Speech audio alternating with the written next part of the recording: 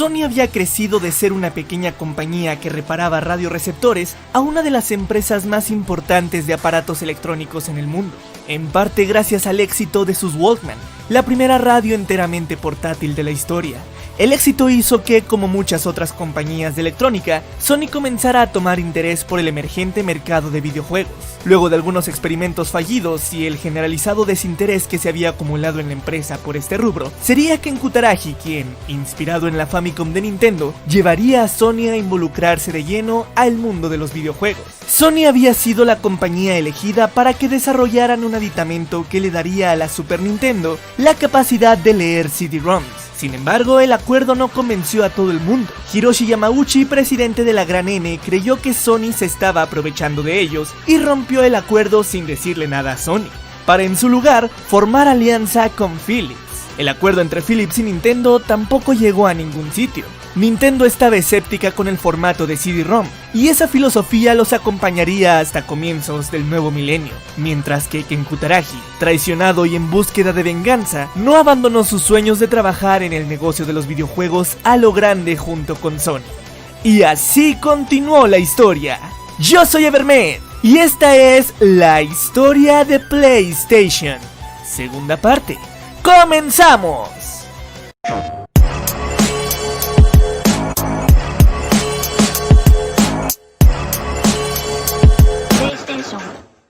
Luego de que la negociación con Nintendo se cayera, Kutaragi estaba determinado en continuar con el proyecto, y la primera opción que vio viable fue buscar al mayor rival de Nintendo, Sega. El creativo de Sony sostuvo numerosas conversaciones con ejecutivos de Sega, en búsqueda de concretar una colaboración para realizar una consola basada en el formato de CD-ROM. Sega ya había experimentado con esta tecnología, pues no hace mucho que habían lanzado su Sega CD, un aparato que permitía a la consola de 16 bits de la compañía del Erizo Azul leer discos compactos. Sony y Sega no eran tampoco desconocidas, ya habían trabajado en conjunto antes, pues Sony y MySoft, una empresa subsidiaria de Sony Music, había publicado ya 8 juegos para el Sega CD.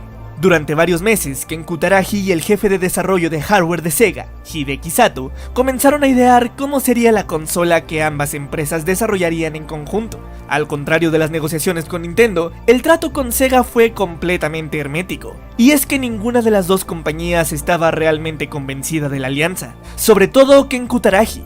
Siempre se mantuvo reservado y escéptico ante Sega, y al final decidieron desechar el trato.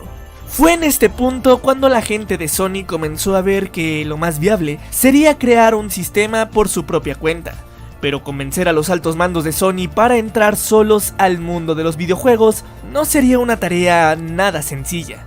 La mala experiencia con Nintendo había dejado aún más apáticos a muchos dentro de la compañía de electrónicos, por lo que Ken Kutaragi tendría que convencer de nuevo a Norio Ohga para que se diera cuenta de que Sony debía estar dentro del mercado de los videojuegos. Ambos se encontraron en una reunión con otras 6 personas. Era el pequeño equipo de Kutaragi lanzándose por todo contra Ohga. Kutaragi tomó la palabra para dirigirse directo a Ohga. Le recordó la fallida asociación con Nintendo y le preguntó si deseaba simplemente sentarse y aceptar lo que Nintendo le había hecho a Sony.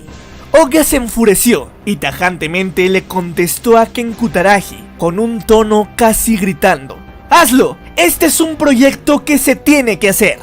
Con el proyecto aprobado, Kutaragi pasó a supervisar el desarrollo de la PlayStation. No comenzaban desde cero, pues ya tenían la base de lo que había quedado de aquella fallida asociación con Nintendo, y toda la experiencia que eso les había traído. Pero cuando Nintendo se enteró de que Sony estaba utilizando la tecnología que habían desarrollado durante su tiempo juntos, Nintendo intentó frenar el desarrollo de la PlayStation demandando a Sony. La demanda falló a favor de Sony, y pudieron continuar con el desarrollo de su consola sin ningún tipo de contratiempo judicial. A pesar de los experimentos de Sega y otras tantas, el formato de cartucho seguía siendo el predominante en el mundo de los videojuegos. Los cartuchos eran bastante caros y complicados de fabricar, y la tecnología apuntaba hacia nuevos mundos en 3 dimensiones, algo que requería archivos más grandes, y los cartuchos no podrían tan fácil con esta tarea. Sony se decantó, obviamente, por seguir construyendo su consola en el formato de CD-ROM. Para 1993, Sony reveló al mundo su PlayStation. Y con esto, habían revelado también sus intenciones. a ser una máquina 100% enfocada en los juegos. Durante el desarrollo de la consola mucho se habló sobre las posibilidades multimedia que se podrían incluir en ella, pero Sony decidió enfocarse en nada más que juegos. Tras ver los desastres que habían significado 3DO y CDI, Sony también había puesto especial énfasis en la tecnología de renderizado en 3 dimensiones, algo que fue un punto bastante importante para el éxito de la PlayStation.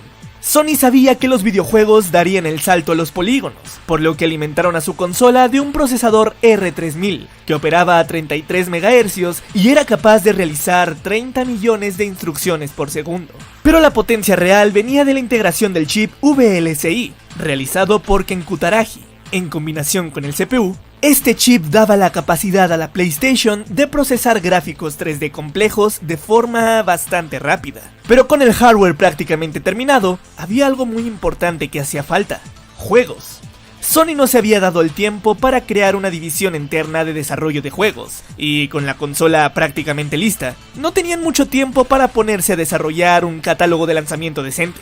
Afortunadamente, esto pudo solventarse gracias al apoyo de terceras compañías que apoyaron a Sony desarrollando juegos bastante interesantes. Ya hace tiempo que los juegos de computadora se habían cambiado al CD-ROM, por lo que los editores y las desarrolladoras ya conocían los beneficios que esto significaba, lo cual atrajo bastante a muchas empresas, y Sony comenzó a asociarse con alrededor de 250 de ellas. A diferencia de Nintendo y Sega, donde sus principales juegos venían de casa, Sony ahora tenía un abanico de empresas trabajando en proyectos que darían a la PlayStation una sólida selección de juegos, con lanzamientos periódicos que nunca dejaron en sequía a la consola desde el día 1.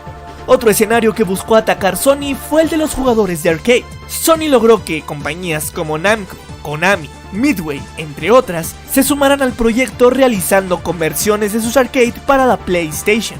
Ridge Racer de Namco y Mortal Kombat 3 de Midway son grandes ejemplos de esto. Llegaba el año 1994 y el momento se acercaba. Sony estaba lista para su debut en el mundo de los videojuegos, y ante las dudas de muchos, llegarían a sorprender a propios y extraños. Pero esa es una historia que veremos en el siguiente capítulo. Yo soy Evermed. Hasta la próxima.